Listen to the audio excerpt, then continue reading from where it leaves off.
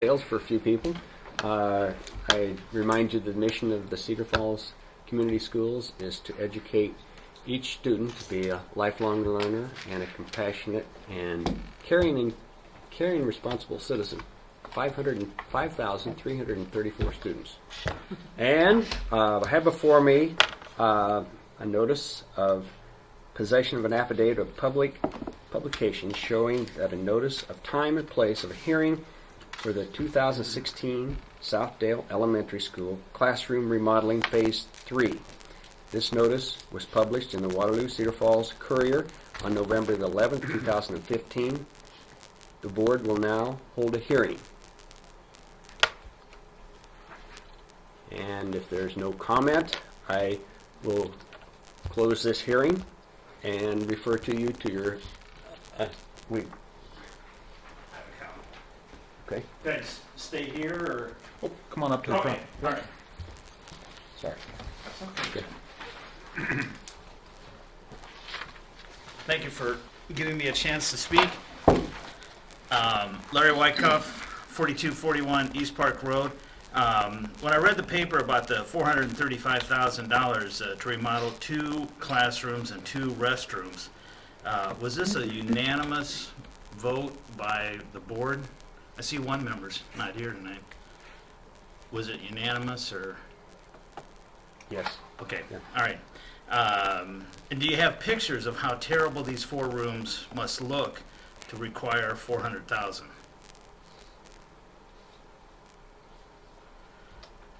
Everybody doesn't have to speak at once. Well, and this is a time for you to comment to us, Larry, so it's not Okay. really a dialogue. All right. It's not Well, for you to comment with questions or any thoughts that you have. Okay, so I can't expect an answer? This is, again, for you to comment on the thoughts that you want to portray Okay. to the board. Well, my son, both of my sons, have bought houses for somewhere close to that amount. And we're only remodeling 2 classrooms and 2 restrooms. I'm just appalled that, okay, so I guess I want to ask, were there bids taken to get to this amount? Because the design alone is 7.6% of the total cost. And that's a lot of money, it seems like, to remodel 2 classrooms and 2 restrooms. So the referendum that failed in June for the $35 million priority remodeling of Orchard Hill and North Cedar is now out of the picture after only 5 months of broad misdirection. Is the future plan to continue doing small incremental steps to improve our kids' schools and forget the $35 million bond issue or issues down the road? If we can't do the above, why don't we have enough money in the bank to do limited remodeling projects? I'm just concerned that it's only been 5 months since we had the rejection of the $35 million, and the purpose of the referendum was to do Orchard Hill, where my 3 grandkids are going to be going or are going, and North Cedar. And it's just appalling that we're redirecting any funds to another school that's had a lot of money spent on it. So those are my comments. $435,000. There's houses that can be built for that much, and we're only getting 2 classrooms and 2 restrooms. It doesn't seem like the money is being spent in the right way and is an indication of where maybe the city in general is headed. Thank you. Hearing no other comments, this hearing is closed. I have before you the consent agenda, and on that is approval of the minutes from the work session as well as the board meeting, approval of accounts payable, the human resource report, the open enrollment report, and the approval of the GMG River Hills agreement. Do I hear a motion to accept the consent agenda?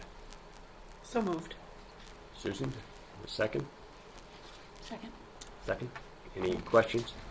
So, Mr. President, I have some comments about the minutes of the work session, which I can give now, or we could take them away. We could take them out of the consent agenda, whatever you prefer. Go ahead. Okay. No, just looking at the minutes. Jeff, so you're talking about the work session minutes? The work session minutes. I'm with Yep. you. All right. So, I was just reviewing the minutes. Before the adjournment, third paragraph from the bottom, it says, board members briefly reviewed with administrators the resources available from the physical plant, the PPNL, potential and other additional revenue, including the potential of maxing out statewide. So, it just gives the impression that we actually reviewed the actual dollar amounts. I think we just talked about it in general, the different funding sources, and the point I think that was made there was that we would like to establish an upper limit from if we were going to use the resources that we have available. It isn't what the district is recommending, but what would be the upper limit for a complete amount that we could bond against. So just to make that point clear in the notes, in the minutes. So how would you like me to rephrase that? That the board asked the administration to research what would be the upper limit of the bonding capacity given the current funding sources from PEPL and statewide income and sales tax. Perfect. Yep, we'll get that rephrased. Okay, and then the next paragraph down, I know that Mr. Brown made a point of,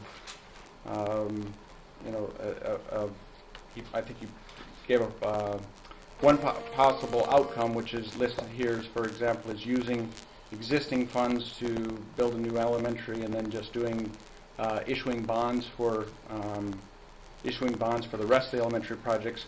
And maybe it wasn't clearly stated in there, but as far as the point, I think, is that, for example, the school district currently has $5.8 million of unrestricted funds in the sales tax, and with a bonding capacity near probably at a minimum around $10 million, maybe a little bit more. So we've got about $15 million. Okay, what's your comment? You want So- to correct? Yep, so let's add in here, and this, that the board reviewed the capacity, the financial capacity of the potential capacity for moving ahead with facilities projects currently. I don't think the board did review that, though. I think that was just brought up as a question, but I don't think the board reviewed that because we didn't have you didn't present it, right? No, we didn't go into detail about Yeah, that. so I I think don't there was think a the question board brought reviewed up that, about yeah. that, but I'm not sure it was really a discussion topic. Yeah. So should we change reviewed to questioned? Yeah, because I Yeah, don't that think the board sounds good. reviewed it. Yep. Yeah.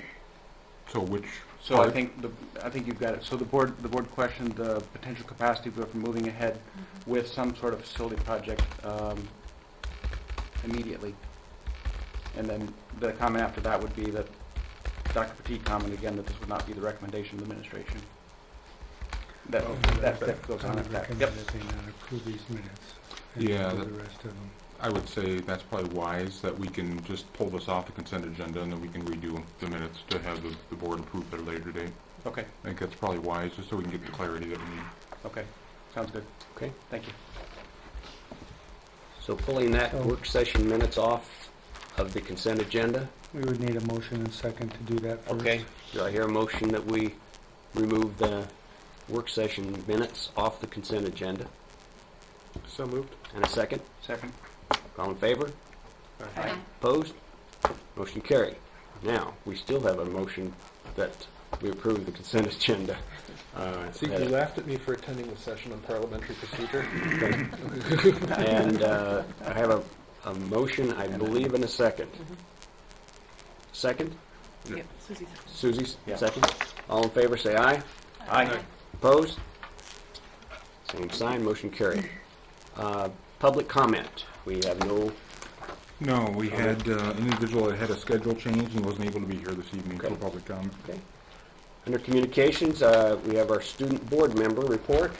Michael. Our food drive totals are in. We had the the finale at the food bank a couple weeks ago, and Cedar Falls raised 15,506 pounds. And then the 6 area schools in total raised 37,766 pounds for the food bank. So we're very happy with our totals and how many people will be able to help through the food bank. It was a very successful year. Last Thursday in the Tiger's Den, we held a trivia tournament for one of our math teachers, Mr. Strike, who's battling cancer right now, and all the funds raised go to the United Services organization. That was an organization of his choice. We had a raffle, and it was just a fun time, a good use for Power Hour, a nice time in the middle of the day to have some fun and raise some money and support him.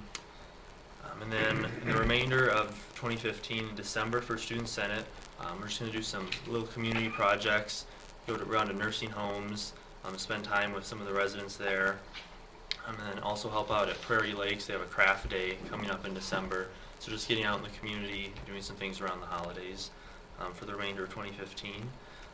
This past Saturday was the All-State Music Festival in Ames. We had 42 musicians playing there representing Cedar Falls, and they did a great job. And then volleyball, we did make it to the semifinals a few weeks ago. It was very exciting. And then we did fall to Bettendorf in the tough 5th game, which was heartbreaking, but it was a great showing and definitely be a great year next year for volleyball. And then winter sports, practices are underway and looking forward to our winter sports season.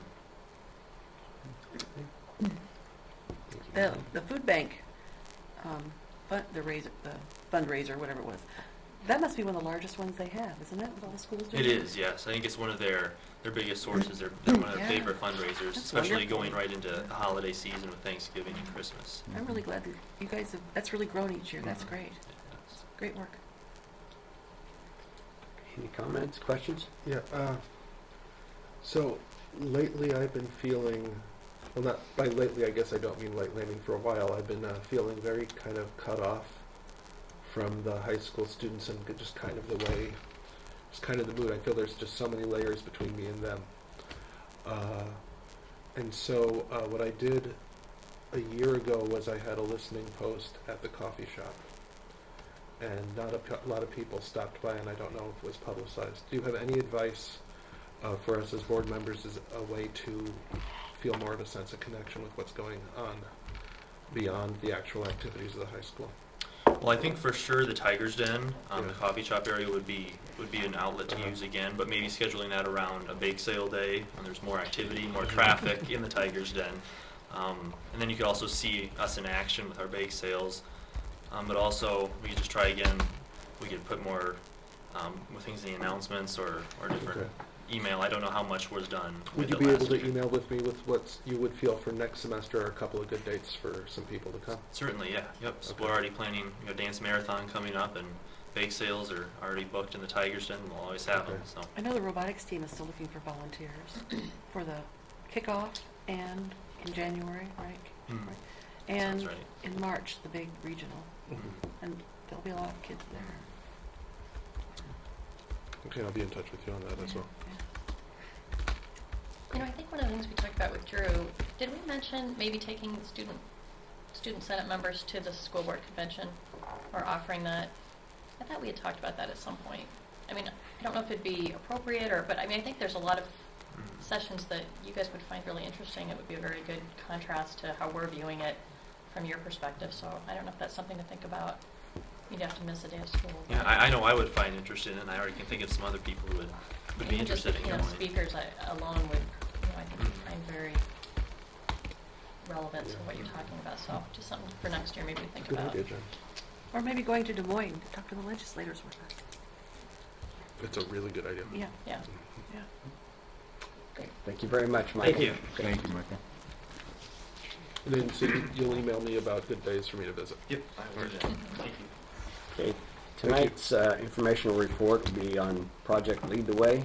Dan, would you? Sure, I'll introduce, hopefully our technology is going to work. I don't know, we're having little issues with that, but we'll see. But we have Dirk Homewood from the high school. I'm going to go by high school. So we've got Katie Nagel and Zeb Nicholson, both from the high school.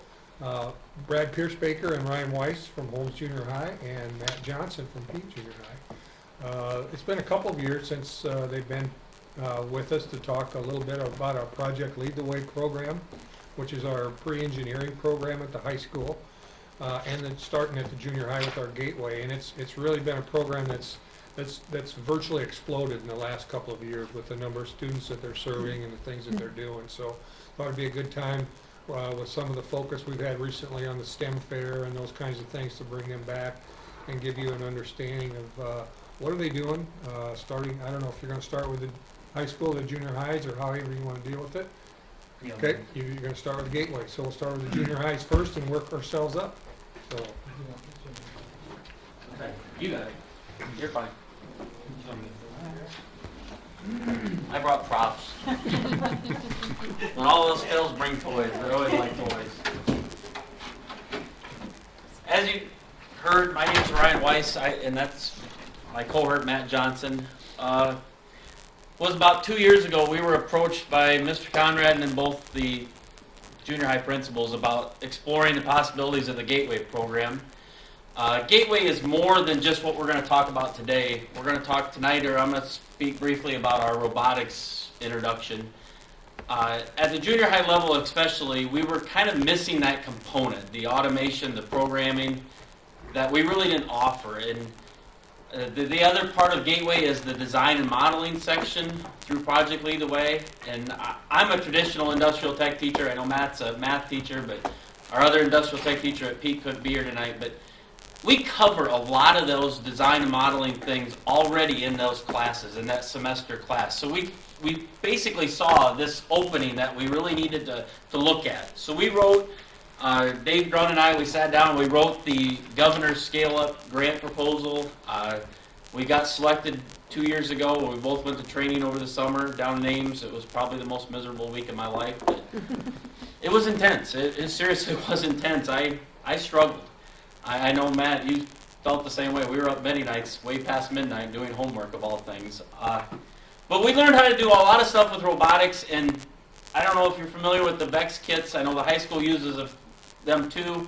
The nice thing about the VEX kits with myself is I grew up messing around with erector sets, and basically a VEX kit is an erector set of the 21st century. We start off in robotics. We talk a lot about what engineers do. Zeb, go to the next one, if you wouldn't mind, if it works. We talk about what is engineering and how it relates. We go through a simple design process with the kids because they haven't really seen that as of yet. Mr. Pierce-Baker, I know, and Mr. Grun, they do a little bit about that in the 7th grade introduction class. The 8th grade, though, with the Gateway, it's an elective for them. They get to choose whether or not they want to come, just like my traditional class. And so we have to kind of go through the design process in a really abridged portion. I have to do it in about 2 days compared to a week. We go through the design process, and then we start off with basically what is automation and robotics, how it entails, how it works with the real world, and how it all is going to come together. Then we spend an intensive amount of time talking simply about mechanic and the mechanical systems. The kids have to build, 11 different mechanical systems, anything from a simple gear train to a lead screw to the old crank and slider that you may be familiar with, like on a steam engine. And they build all these models, and there's a series of questions, series of write-ups that they have to go through, how all of these models get incorporated into the real world. From there, then, we start talking about programming and how we can basically hook the toys to the computer. They have to go through a programming PowerPoint that we kind of came up and created that it basically uses a simple test bed, and all these are just different mechanisms and different sensors that they use for their later builds, but they just are learning how to use them, how to operate them, how to program in them, how to make them work. And then I know at Holmes, our classes are set up as a semester long. Maths are set up every other day all year long, so we're a little bit ahead of him. Then they actually get to do the fun stuff. And the fun stuff is there's 10 robotic scenarios that they have to create solutions to. And I know when we were at training, we were told just the same as what I tell the kids. Guys, there's really no correct answer. You just have to solve the problem. And they're basically just simple write-ups of scenarios that they have to create a solution for. They range all the way from, which I brought along, one of them is a drag race car. Now, obviously you're not going to find a 55 Chevrolet body in the Vex kit, but the reason I brought this along is a kid thought about this, and he created this at Holmes, and it worked really, really good. And then he comes up to me the next day and he says, "Can I bring a body for it? It would look better with a body." I said, "Hey, whatever you want to do, knock yourself out." So he comes in the next day and he's got this body and he's putting it all back on there. Next thing I know, I look over and the thing's completely disassembled. I said, "Wait a minute, what are you doing?" He goes, "Oh, it didn't fit right." Which is fine. I mean, that's what we want. That's what they want to do. But one of their scenarios is they have to build a race car that goes from point A to point B in the shortest amount of time, and then they're given extra bonus points for getting it to stop at a certain distance, which, it's great. But then there's a traffic light that they have to create, a toll booth, all the way up to, they all increase in intensity, and they end up doing an elevator. There's a pick and place. It's a similar device like this. They go through all these. They have to write conclusion questions on all of them. What am I forgetting? I think the big thing is we've got a lot of kids who come in with various levels, various backgrounds, and so getting hands-on, the big thing we're trying to do is get them introduced and excited about it, so when they get to the high school, they're branching out from there. And so it's neat to see a lot of kids who maybe aren't used to the mechanical systems really jump in there and get their hands on different things, working together and collaborating with, most of the time in groups. Yeah. Those kind of things. The way the course is set up, it's really set up as they're always working in a group of 3 people. There's one person kind of in charge of the mechanical part of it, one person in charge of the computer, and one person in charge of the electronics. And it's really unique to watch the kids and how they come together and they mesh together in those groups. And they can take what they're maybe excel at and maybe help somebody else that isn't so good at it. And they kind of self-teach each other. And I've only done this, we've only done it 1 year, this is our 2nd year, and there's still a lot of hiccups that I come up with. And a student comes up to me and Dave says, "Oh, all you have to do is just push this button here." And I'm, okay, that's fine. It's fine, be smarter than the teacher, you can do that. But that's really where our gateway is. I mean, that's kind of a 3-minute nutshell of it.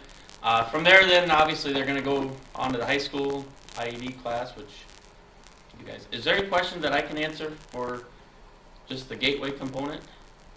Did you say this is an 8th grade course? Yes, the Gateway program under Project Lead the Way is actually 2.5 years in length. And there's different units that we kind of hand-selected. We cover a lot of them in the 7th grade exploratory class. We cover some of them in our 8th grade elective class. And then this was the main one that we were missing at CF. So we decided to do the automation and robotics, and we brought that in. Does that answer your question? Yeah, so does it count as a high school class, or it's No, just an 8th no, grade class? no, it's just an 8th grade class, just the same as 8th grade industrial tech is. And what's your male to female ratio typically? Do you have a ballpark? I would say my classes right now are a little bit lower than last year. I think I had about twice as many males as females last year. This year I've got quite a few. I probably have about 3 females and about 10 to 12 males per class. I'm at about 70% male this semester, but I know next semester I'm probably more close to 60, I believe. If I took a quick glance. And our numbers, last year was our first year. We had pretty good numbers for the start, and this year we're up a few yet. And the worst part about it is we wrote the grant, we were given, there's 5 of these kits that we were given, and the problem with it is they can only use those kits for those students. It isn't like I can't have a whole nother section. I run into problems that there's just not enough parts and pieces for them to build day to day. So if we have another class, I don't know what the numbers will do, but there's a lot of talk about it this semester. A lot of kids. It's one of those classes, and it's always I always kid the class. I said, when was the last time you walked in and half the class was working before the bell rang? And they all look at me. Yeah, true. No, it's fun. I'll be honest, I kind of drug my feet. It's like at first I was like, oh no, and it's one of my favorites now. It's really kind of fun. It's a whole different part of it. Question. Is there a prereq to this course? You said something about a 7th grade course. No prerequisite for our class. Even the high school IED class or the ninth grade class, you don't have to take the gateway class to do it. The kids get introduced to it a little bit in the 7th grade industrial tech courses. Yep. It's a part of the exploratories. All I gotta do is run my little call bot over there and start pulling on kids' legs and, what's that? It's a marketing scheme. Anything else I can get? Yes, sir. When you say they do an elevator, so it's a thing that goes like that, and then can they call it? Yes. There's a call button on it. They've got to put line sensors on it, so when it goes up, it stops on a different floor, and you've got to be able to get it from one floor to another. They start out with the first couple projects they build, and there's just about 4 or 5 lines of code. By the time they build an elevator, they've got to be writing 60, 70, 80 lines of code. I tried to code an elevator in college as a project. Yes. That is not trivial. Yes, It's really not. pretty awesome. That was one of those nights where we were up really late. I could build it, no problem. The problem is I had to make it work. And that's where you get those other 2 people. It's like, It's the best quote ever. I could build it, no problem. The hard part is making it work. You just encapsulated what Yeah. is engineering. and it's the truth. The elevator is intense. But yeah, there's call buttons for every floor. It has to sense where the floor is, and there again, it isn't like a pre-made elevator. They have to create the elevator, so they have to figure out how they're going to make it go up and down, and then do all that in say 3 or 4 days. It's amazing. We don't have enough time. And this grant is through, It was basically to the Department of Ed. It's the governor's STEM capital. grants, a number of startup grants. And unfortunately, it's like a lot of them. They give you startup money, but it's usually just enough to wet your whistle. And so I think the first year we had gotten the kits in, and then we didn't have enough because of the number of kids and classes we had. So we had to purchase more, and we probably look like we'll be continuing to purchase more. But it's money well worth spent. We applied for the grant again this past spring because we were going to go have some more training, and we weren't successful. So I'm hoping that it's available this spring. Maybe we can reapply and get in. But yeah, it's like Mr. Conrad said, it's one of those things that they gave you that cookie there, but the monster's still coming. Do you feel like the students you're getting are students who've already been involved in a robotics program, or are thinking, I want to be an engineer, or are you getting kids who maybe have never had any experience with any of this kind of stuff? And Yes. Yes. We get a All little the of above. everything. We get some kids that sign up and say, I heard technology and I'm not sure what I got. One thing that we've done at Pete is we've made a video of our different elective classes so they can kind of see what's going on. So when they're signing up, they know what they're getting into. But we get kids that have got a robotics experience and are on robotics teams. We've got a few kids who have never touched any VEX parts or anything like that in their life. And so kind of like Ryan said, the neat thing is it's kind of fun to teach a class where kids are really excited. When I teach math class, I've got 5 or 6 kids in every class that tell me they don't really like math and they're just going to grin and bear it. Seems like with this engineering type thing, all the kids love it. They love coming in and getting their hands on things. Well, I'll have kids that I don't think they even know that things operate with gears or chains or anything. And you mentioned, well, you do ride a bike with a bicycle. No, I just go. But then when they see that, it's, oh, that's how that works. Yeah, we get all levels. Did we take all your time, Dirk? You took a couple of minutes. Thank you. thank you. Thank you. So we're going to move into the high school side of this. Crossing your fingers, technology works for our technology presentation. So yes, we get a lot of the kids who have taken the gateway classes, but at the same time, to piggyback off that last conversation, we get a lot of students that hear about the 8th grade class but didn't actually take it, but they're so excited to talk about the gateway class, they think, hey, you know what, I'll jump in at the high school level. So we do have that same wide range of students, anywhere from kids who can't even do anything mechanically, they're not mechanically minded, to the kids who have been on the big robotics team for 3 years. They just never took the class because they figured, oh, I've already done it in robotics class. Again, this is just our high school presentation. It's the fact that we're still STEM focused here at the high school. Our mission statement for us, it's really revolves around this comprehensive STEM. So we don't just focus on your standard science and math. We like to round it out, as the other two said. We like to get our hands dirty.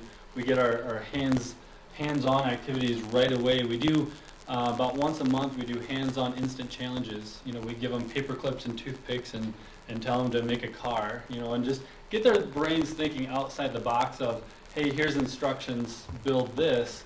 It's just much more open-ended. And that's the idea behind engineering, is there's not always one right answer, right? We're given a problem and told to solve it. We're not given a set of instructions to follow. So we really do like to get our community involved. I'll talk about our prime grants and prime notoriety here in a moment. About 3 years ago, in fact, the last time I think Project Lead the Way came and presented, as teachers we came and presented the Project Lead the Way, was when we were we were nominated to be a prime school, and my numbers may be outdated, but I don't believe they are. There's only about 7 schools in the country that have this title. So what it is the Society of Manufacturing Engineers goes and looks for schools that you don't just have to have a bunch of manufacturing businesses in your community. You need to actually involve them in the education of your community. So they looked at Cedar Falls, and we had a great opportunity with some of our SME members right here in our community to nominate us. But in order to do that, you don't just have to have facilities in your community. Like I said, you need to have a strong Project Lead the Way program. And that goes both ways, not just the teachers, but the students that have to be actively involved in extracurriculars and going and doing job shadows. We also like to get a lot of field trips. So I don't know if anyone knew of the Door for Engineering project. It was in the Courier. It was, I think, even on KWWL. We took a lot of our students, at least one busload of students, out to see a presentation by NASA officials, the Dorfer executives. So it was kind of a really neat hands-on experience. That's the kind of things that gets Cedar Falls noted to be a prime school. And on top of that, we need that strong administrative support. And that goes beyond just the associate principal at the school and the principal at the school. That goes all the way up through the superintendent supporting the activities that we do. Because as they said, money comes in easily at first, but then beyond that, the support sometimes falls off. So we're fortunate to have that support throughout. I guess I should say some of the benefits of Prime, which is just a manufacturing community-based approach.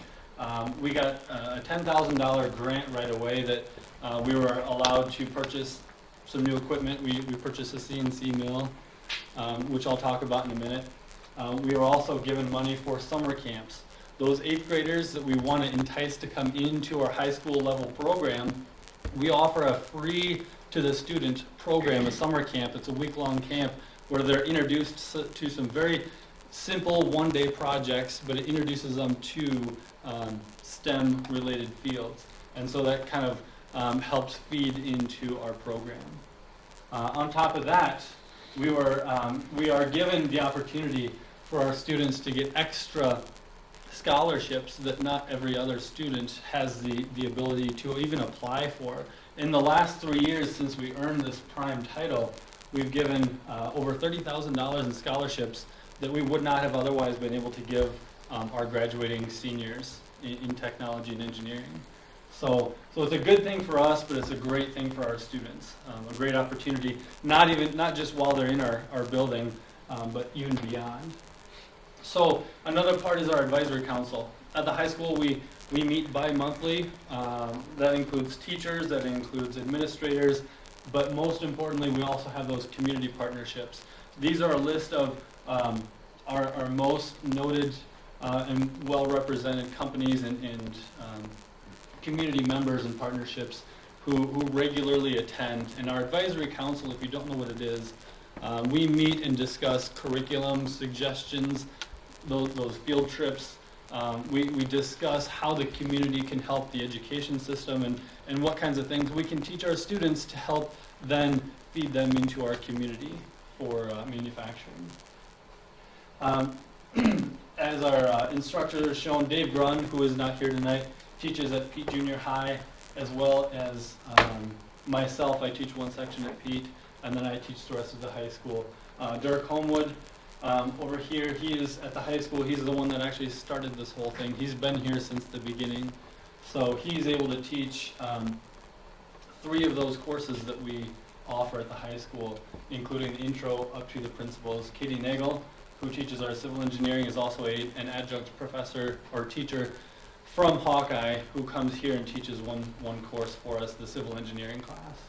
Mr. Swartley doesn't actually teach Project Lead the Way courses, but he's directly involved in STEM because he's the faculty advisor for the FRC, the robotics club. Brad Pierce-Baker is at, at Holmes, and he and I together teach the Intro to Engineering course throughout the district. He's also able to teach and teaches the Gateway section at Holmes there, as they mentioned earlier. So I'm just going to run quickly through what these classes are, what they do, what we teach the kids. Again, the intro class, kind of like the Gateway class, we teach the kids, hey, we know you don't know a whole lot, or we're assuming you don't know anything about engineering per se. We're going to teach you a design process. So you can solve a problem, you can have a broken product, and you can solve how to fix it. Broken Christmas lights, or things like that, right? Real life applications. But we teach them that, hey, you know what, this design process isn't just for engineers. You know, maybe you're having trouble in your social studies class.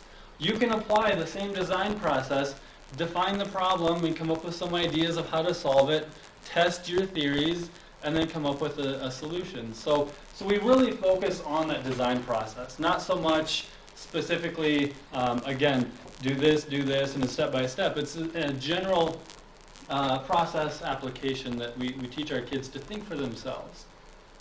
Beyond that, then we apply that in a 3D software. Viking Pump actually uses the same exact software. It's called Autodesk Inventor. The train that's up on the screen was produced by a student where they build objects that they can see conceptually. They build it on the computer. Another great example here, I'll show just the capability, just real quickly, the capability of this program that honestly kids will come in and they don't even know how to draw a box on this software, and they end up being able to do things similar to this here.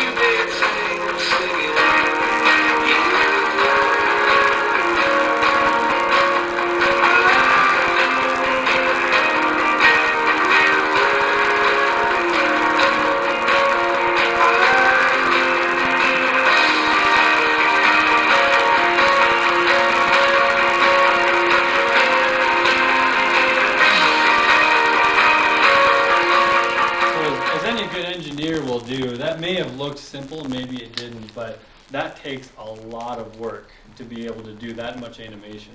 So again, the kids come in knowing, we assume they know nothing, and the neat part about our class is that we encourage that collaboration between students. So when a kid is as good as that and they can build something that animates like that, a lot of times I always emphasize, hey, you know, if you truly think that you know the material, then why don't you help me with these 6 other kids that have questions that I'm trying to get to one at a time. Let's divide and conquer, and it's a really neat classroom atmosphere. We're also happy to say that we do have a 3D printer at our school at the high school, and the neat part about that is the kids take, say, a picture like a piano like that, and not just take a screen capture and put it on Twitter, let's say, right? But they can actually send it to us, and we can print it, and then they can take it out of the printer and have a 3D, a physical model in front of them. Our next course that we then offer is computer integrated manufacturing. What I'll say about that is it's the neat sequence about this is we teach them in IED. Hey, this is the computer software. You can design it. You can make it look like a piano. You can make it look like whatever it is you're shooting for. In SIM, what we do is we emphasize the manufacturing side of it. So just because it looks like you can build it, now can you manufacture it at a large quantity? You know, just because you can make one of something doesn't make it a good product. So they go through the manufacturing process, the computer side of it, and then they actually can mill a product. So like I said, our STEM grant, our PRIME grant, allowed us to purchase a CNC mill. So our students can then take what they have on the computer and they learn the skills of programming a CNC mill. And then one of the projects is to build this little carrier box here made out of wood. So there's a learning curve to that. You know, the students get in there and they learn how to program, but then they actually get to see chips fly and put the masks on and the safety glasses on and really see a machine at work, something that they designed. So once we take on the manufacturing side, our next step is principles of engineering. So step 1 is, can you design it? Step 2 is, can you mass produce it? Step 3, class 3, is principles of engineering. And this is the question of, okay, will that product really last? Is it built to a good quality standard? So we do things like electricity. We learn about the post-secondary studies.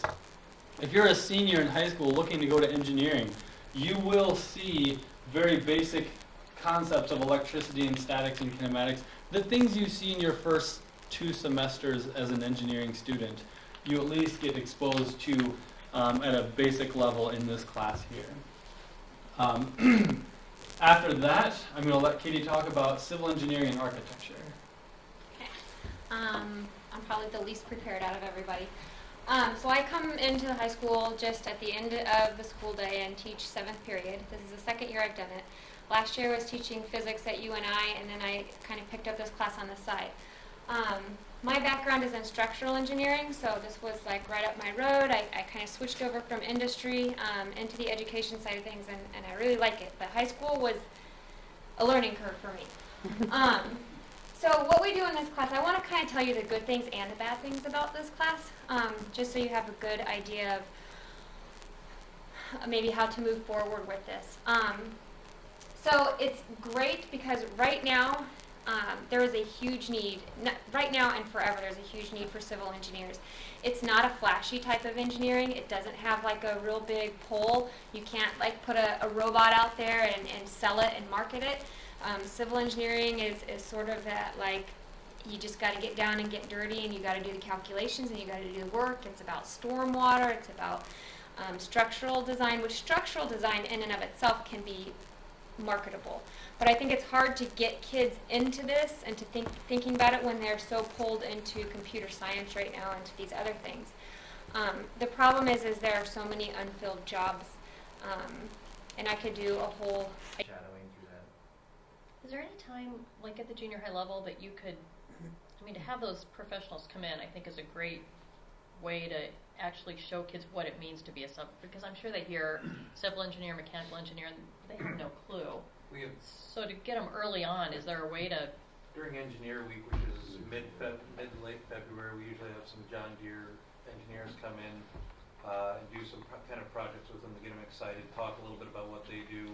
It's great because usually they've got some background as undergraduate and graduate students, some different projects they've done. They get to talk through some of that stuff. So that's kind of neat, and it hits about the time of year where the kids are into the builds of different things themselves and kind of gets them excited about it. So. Is that hitting all the students or just the students who have kind of self-identified within? Just the students in our gateway classes. An ID. We've got ours lined up already for John Deere gets a hold of us, and so, yeah, we bring them in. It works really well. I think our counselors are doing a kind of an initiative too with what's called Career Talk. They have different career individuals coming in for different aspects during Tiger Camp, I think is where it's called. I'm guessing there's a lot of kids out there who wouldn't think they're an engineering candidate because they just don't understand what it means, but maybe they are.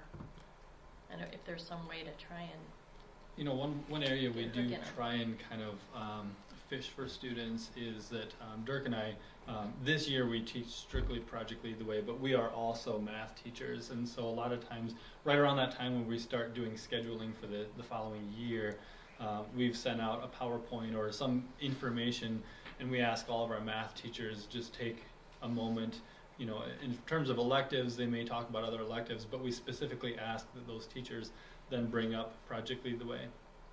So it's not necessarily a guest speaker, but we do get a little bit of diversity. You know, all kids take math, so we ask all math teachers to just take a few minutes and explain what it's about. So. Well, thank you very much. You can tell by the questions our interest, and you Yeah. did a great job, Zeb and Ryan and Matt. Yeah, thanks Thank you to for your support, Katie on and that. Miss and Katie. Thank you, guys. Thank you very much. Thank you for coming. Okay. Greatly appreciate it. If you think of any more questions, you know where our emails are at, and you can always send us more questions. You're more than welcome to come any day you want. Yes, Mr. Shaw, you had asked about coming in.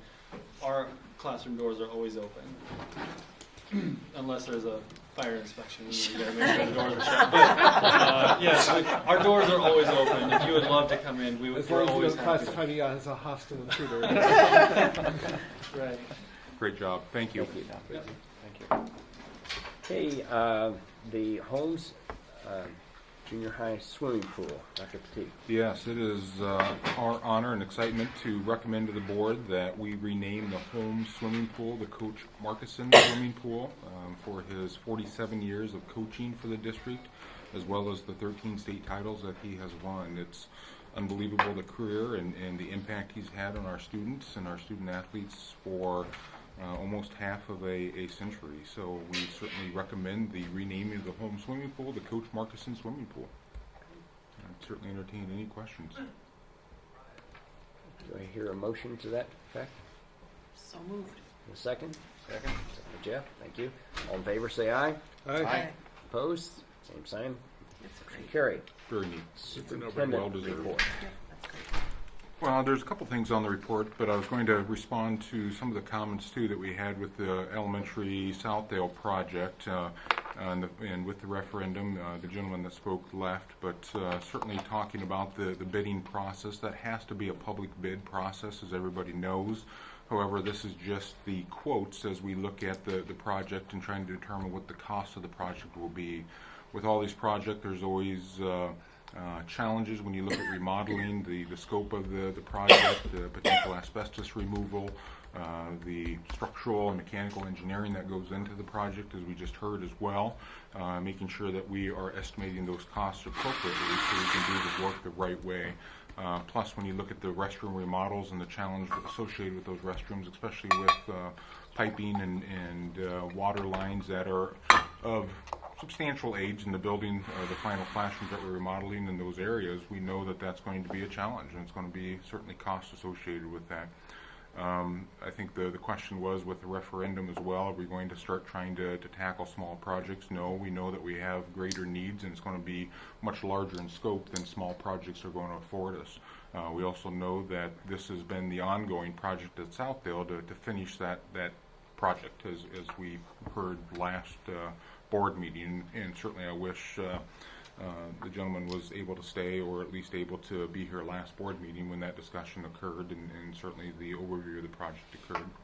Andy, on that, you're exactly right. Restrooms are just huge expense whenever you touch those.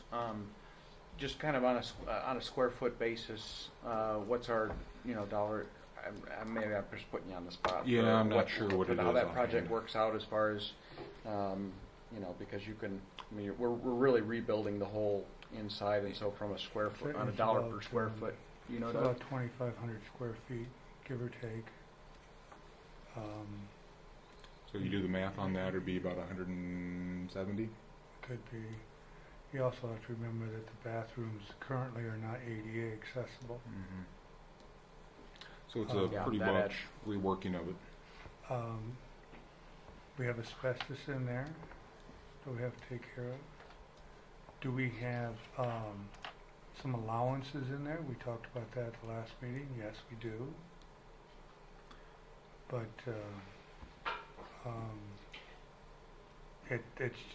I'm sure that the pricing for this project will come in very similar to the 4 classrooms we did last year on a per square foot basis.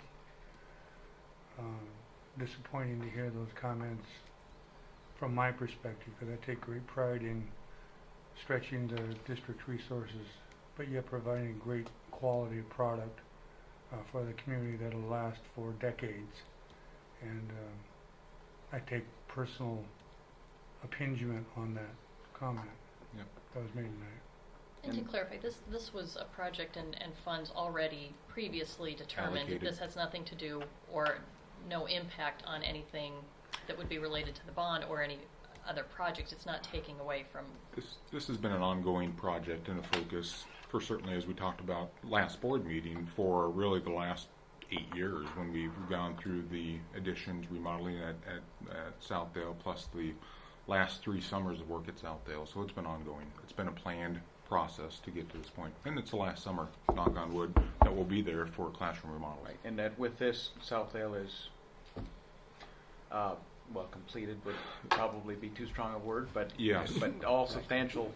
Substantially completed, correct. You know, there may be some portable work that we may have to do there down the road, potentially even next summer, but certainly for the internal workings of the building, yes, this should be the completed aspect of it. And sorry, Doug, come back to your point. The number that we've got there, that's the architect's estimate, right? Mm-hmm. And so that number, depending on how the bids come in, can be different than that. Yep. Hopefully lower. Yep. And we hope much lower. Yep. Excellent. A couple other items in the superintendent's reports. In the agenda that was sent out on Friday, it said December 7th informational report. The board meeting for next month is December 14th. And that informational report is the teacher leadership and compensation work that we've been working on. That is the grant that the district received that the board approved last year. It's roughly about $1.5 million focused on teacher leadership positions, which we're extremely excited about. We had another committee meeting this afternoon for 2.5 hours to continue to work on the final process and the application priorities and framework that will be in place as we finish that for next year. Very excited about that teacher leadership and compensation grant. January 13th, 2016 is our board admin council retreat. The time of that is 9:30 in the morning to start time, and that typically wraps up as we have lunch around noon, and we'll continue to have that framework. So there is only one board meeting in the month of December per the board calendar, and again, that's on the 14th, not the 7th. Great. 9:30, you said? 9:30 for the 13th, correct? Till noon. Till noon. About 12:30 by the time we probably wrap up with lunch. Thank you. Any board member questions, comments? Yes, Jeff. Yeah, as all of you know, we went down to the school board conference, and this was my first time, Susie's first time as well. But just speaking for myself, I found it drinking out of a fire hose, very educational for me to learn what other school districts are doing, and very challenging. And I just learned a lot, and I would like to kind of share kind of the things that I learned. And I don't know, I don't know what we can do because I'm fairly new, but I'd like to propose if we kind of have a work session maybe sometime in the month of December, just kind of a lessons. This is what we learned. I know when I had my table there talking to other people, it was very interesting to learn what other school districts are doing. And so I guess if we only have one meeting in December, if everybody else would be willing to doodle that and create some kind of session to just kind of talk about, hey, what did we get challenged, and what are lessons learned that maybe we can apply here. Okay. Anyone else? Does that require a motion? consensus, as long as everybody's comfortable with that, to move forward. And certainly, I think there's always great learning down there, and we had some very dynamic speakers, I thought, that were very good to listen to, and certainly, I think, certainly worth follow-up and conversation on. Could we just meet before the December 14th meeting? Meet earlier? That could be a longer meeting, Will be, just okay. knowing what some of Okay. the agenda items may be, Okay. especially with the update on the TLC grant, probably the framework from the facility committee and work, and I'm just thinking in my mind what else could be on that agenda. That Okay. could be a longer meeting. Okay, sounds fine. Look just for some dates then. Sure, I'll Go start for with the it. doodle. Yeah. Anyone else? I have a couple questions. When is the World Language Committee scheduled to meet again, and when has a facilities committee meeting been set yet? World Language, we met last month. We have not set a new meeting date yet. The facility committee is December 7th on the evening. And I was just going to mention, Andy and I today actually met with the Leader Valley Council. It's kind of a new overarching council that will be looking at the Leader Valley in the Cedar Valley, which is the Leader in Me kind of program, but they are also, just kind of looking at any programming that is beneficial to students and creating that link between business and students. I know Pam are you still serving on, I don't know what it's called this year, is it the Lighthouse team or They've totally kind of changed redone everything. the teams, and I don't know where they're at right now. But I So- know with the fundraising campaigns and stuff, they decided to disband the group that I was on. Right. So they will be starting their capital campaign coming in January, and I think they're looking to raise $6 million. But I had not been involved with that kind of group yet, as far as the Leader Valley, and it was a pretty impressive group of people sitting around the table. So it was very exciting to hear that many people in our community in so many varied aspects of the community. Business and education was there, UNI was there, Cockeye was there, and just the passion with which they want to support education and our students, and then have those students, recruit them and keep them in the Cedar Valley it was pretty amazing this morning. So I'm glad to be a part of that. Thank you for sharing, Jenny. Well, I know I've mentioned it before. I'd really, to give it exposure and heighten the awareness of it. If it's, and I know we have the other program of character counts as well, but and I know our agendas are not always like lots of open spots. But if we could enhance, educate ourselves, and enhance the awareness of it from an agenda item, to have somebody come and share in both those programs, it'd be great. Anyone else?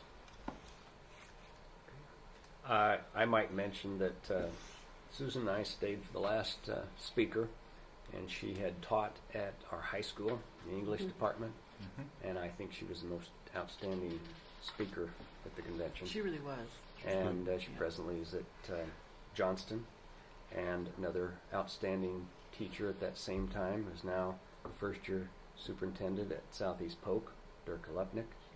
And I just would comment the 6 teachers we saw here tonight. What an outstanding crew, and we don't know where they'll go on from here, but we're having fantastic education going on. I'm taking full credit for Zeb. Okay. He was one of mine. There's amazing things that go on every single day in our classrooms. It's just outstanding when you see what happens. Do I hear a motion we go into closed session? I move that the Cedar Falls Board of Education enter into closed session to discuss the purchase or sale of particular real estate, only where premature disclosure could be reasonably expected to increase the price the governmental body would have to pay for that property, or reduce the price the governmental body would receive for that property. The minutes and the audio recording of a session closed under this paragraph shall be available for public examination when the transaction discussed is completed under 2011 Iowa Code 21.5 1J.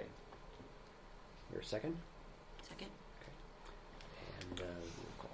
It's a roll call vote. Do I- Okay, Mrs. Leeper, Yes. Mrs. Lance, Yes. Mr. Hassman, Yes. Mrs. Hines, Yes. Dr. Shaw, Yes. and Dr. Kenyon. Yes. I'd ask anybody not associated with this closed session to please leave the room.